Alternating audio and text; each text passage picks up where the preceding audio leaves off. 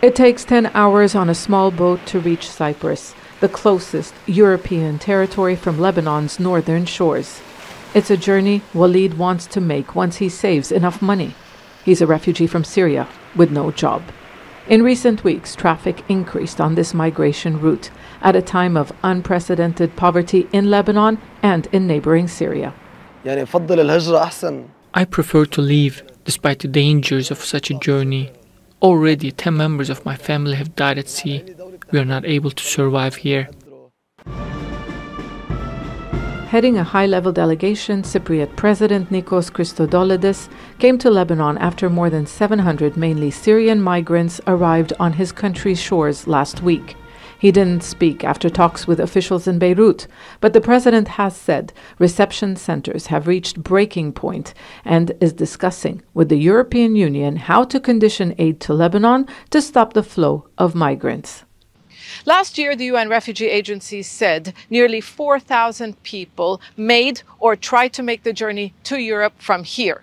In the first 3 months of this year, Cypriot officials documented more than 2,000 arrivals on the island, compared to 78 in the same period last year.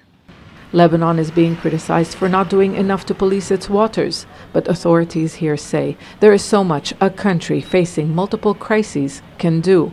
We don't want to export our refugee problem to any other country, but the world needs to understand that the Syrians are entering our country illegally, and when we want to deport them back, we are accused of violating human rights.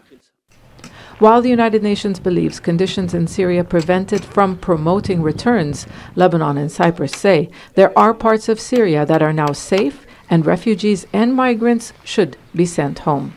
I'm afraid to return to Syria. Everyone knows what the regime does to those who do. We are also afraid because the Lebanese government keeps talking about deporting Syrians. Lebanon has the highest population of refugees per capita in the world, while the number of asylum seekers in Cyprus has reached 4% of the population. Both countries say they are facing a crisis.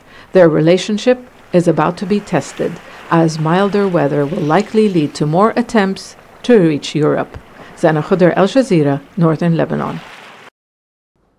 Make sure to subscribe to our channel to get the latest news from Al Jazeera.